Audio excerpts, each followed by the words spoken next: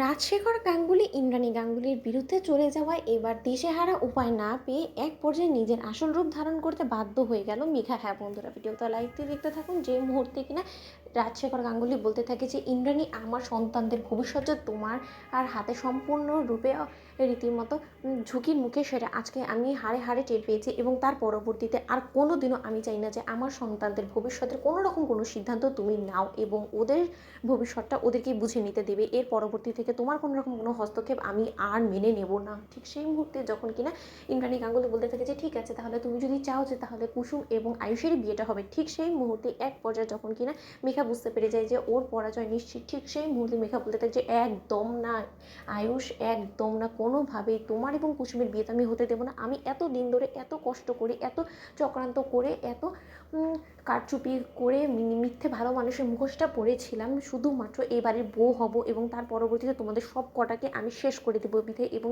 তীরে এসে তরি ডুবে যাবে এবং সেই সমস্ত কিছু মেঘা ব্যানার্জি চেয়েছে দেখবে, সেটা তুমি ভাবলে কী করে বলো তো? ঠিক সেই মুহূর্তে ইন্দ্রাণী গাঙ্গুলি যখন এটা অবাক হয়েছে মেঘার এই নতুন চেহারা দেখে, ঠিক সেই মুহূর্তে মেঘা বলতে থাকে যে কি ইন্দ্রাণী গাঙ্গুলি চমকে গেলে তাই না? এটাই মেঘা ব্যানার্জির আসল রূপ, যেটা কিন্তু তুমি এতদিনও বুঝে উঠতে পারি। তুমি খুব তো চিৎকার চেঁচামেচি করে বলো যে তুমি মানুষ চিনতে ভুল করো না, তোমার ধারা ভুল হয়েছে এবং সেটা তোমার স্বামীও বুঝতে পেরেছে, কিন্তু আজকে তুমি সকলের কাছে অপরাধীতে পরিণত হয়েছো।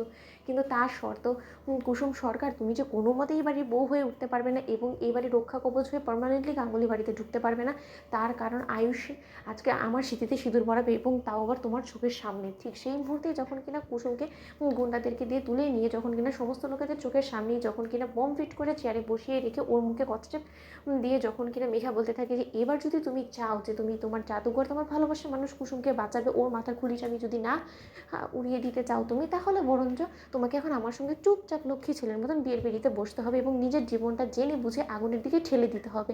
কি আয়ুষ পারবে তো? ঠিক সেই মুহূর্তে আয়ুষ কুসুমকে বাঁচানোর জন্য এক পর্যায়ে যখন কিনা অসহায়ের মতন নতি স্বীকার করে যখন কিনা মেঘার সঙ্গে বিয়ের পিড়িতে বসে যায়, ঠিক সেই মুহূর্তে শুভদৃষ্টি শুরু হয়ে যায় এবং ঈশান বলতে থাকে যে ভাইদা, তুই এরকম একটা ডিসিশন কেন নিলি ভাইদা? আমরা তো অন্যভাবেও আমরা কুসুমকে বাঁচাতে পারতাম, তাই না? ঠিক সেই মুহূর্তে যখন কিনা কুসুম জোরে সোরে চেষ্টা করতে থাকে নিজেকে বাঁচানোর জন্য, অন্যদিকে ইন্দ্রাণী গাঙ্গুলি যখন বলতে থাকে যে মেঘা, তুমি যে এতটা নোংরা প্রজাতির মানুষ সেটা আমি যদি আগে বুঝতাম তাহলে হয়তো বা আমি এই দিনটা আসতে দিতাম না। ঠিক সেই মুহূর্তে মেঘা বলতে থাকে যে চলে তো এসেছে ইন্দ্রাণী গাঙ্গুলি, এখন আর আক্ষেপ করে কী লাভ বলো তো?